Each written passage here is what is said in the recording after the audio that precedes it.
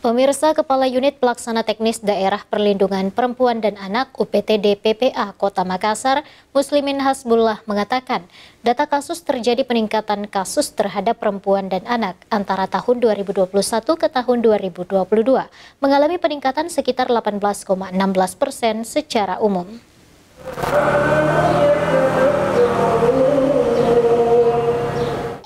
Peristiwa pembunuhan yang terjadi beberapa hari lalu di Kota Makassar menambah catatan kasus terhadap kekerasan terhadap anak. Bahkan di tahun 2022 terjadi peningkatan sekitar 18,16% secara umum.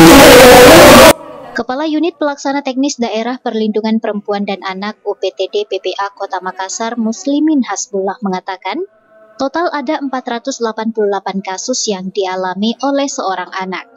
Dengan berdasarkan jenis kasus, khusus di tahun 2022, kekerasan terhadap anak jumlahnya 200 orang, kekerasan dalam rumah tangga 52 orang, anak berkonflik dengan hukum 100 orang, kekerasan terhadap perempuan 69 orang, kekerasan disabilitas 4 orang, korban nafsa 13 orang, dan rekomendasi nikah sebanyak 50 orang.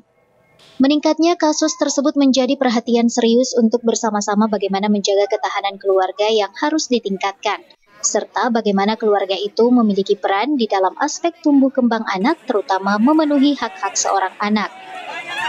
Tahun 2022 itu sedikit mengalami peningkatan dibandingkan tahun 2021, di mana data untuk tahun 2022 yang terlayani di UPTD PPA Kota Makassar itu ada sekitar 488 kasus sampai akhir tahun, berbanding dengan tahun 2021 itu 413 kasus.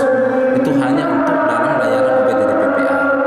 Nah, di tahun 2021 itu untuk semua penyedia layanan, termasuk di rumah sakit, di Polres, itu ada sampai 1.521. Nah, untuk di tahun 2022 ini, khusus di UPTD PPA saja, mengakses layanan itu dan termasuk korban yang kami dampingi itu ada di angka 458. Artinya ada peningkatan sekitar 18,16% dari tahun 2021 ke 2022. Nah, di antara kasus itu kan ada kasus dewasa dengan anak.